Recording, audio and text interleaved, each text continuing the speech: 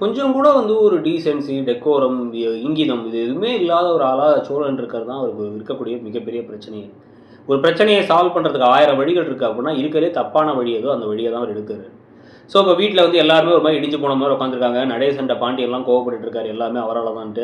இந்த கடுப்போட வந்து பார்த்தீங்க அப்படின்னா வந்து, இப்ப டீ கடையிலலாம் வச்சு எல்லாரும் அந்த பொண்ணு போயிடுச்சாமே, போயிடுச்சாமேன்னு கிண்டல் பண்ண, அவங்க அண்ணன் செருக்கு பாறைய மிரட்டிட்டு இருக்காரு நடேசன். சேரன்லாம் அவமானப்பட்டு போயிட்டு இருக்காரு. இதுக்கு நடுவுல தான் என்ன பண்றாரு சோழன் அப்படின்னா, கொஞ்சம் கூட ஒரு டிசிப்ளின் இல்லாம நேரா கிளம்பி ஹாஸ்டலுக்கு போய், பலூன் கட்டி சாரி சொன்னது மட்டும் இல்லாம, ரொம்ப சினிமாத்தனமான விஷயங்கள். ஏன்னா சினிமா பார்த்து மட்டும் தான் காதல்னா என்ன? இதுதான் காதல் அப்படின்னு நினைச்சுக்கிறது. என்ன கிறுக்குத்தனத்த பண்ணாலும் எல்லாரும் ஏத்துப்பாங்கன்னு நினைச்சுக்கிறது.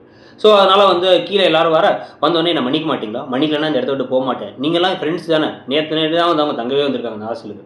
அவங்க எல்லாத்தையும் பார்த்து கொஞ்சம் சின்ன தப்பு பண்ணிட்டேன். சேர சொல்லுங்க அப்படிங்கும்போது, எவ்வளோ பெரிய மென்டல் டார்ச்சர் ஆகும் அவங்களுக்குங்கிறத யோசிக்கல. அவங்க அப்படியே கடுப்போட இருக்காங்க. இது ஒரு பக்கம் போகுது. ஸோ, இதுக்கு நடுவுல வந்து பார்த்தீங்கன்னா, இப்ப பல்லவனுக்கு உடம்பு சரியில்ல. நான் பார்த்துக்கிறேன்னு சோழன் சொல்லிட்டு, ஆனா வந்து எதுக்காகன்னா, பல்லவன் மூலமா வந்து நிலாவ ரீச் பண்ணலாங்கிறது தான். பல்லவன் மேல அக்கறை இருக்க மாரிலாம் தெரியல. அதே விஷயத்த சேரன்ட்டயும் கேட்டுட்டு, இங்க கால் பண்ணி பார்க்கலான்ட்டு கடைசியில அம்போன்னு விட்டுட்டு போயிடுறாரு. பல்லவன் நான் தனியா இருக்கேன்னு கால் பண்ணி நிலாக்கிட்ட அழுதுட்டு இருக்க மாரி ஒரு ட்ராக் வேற போகுது. அதெல்லாம் பத்தி நீங்க என்ன நினைக்கிறீங்கங்கிறத சொல்லுங்க. Thank you.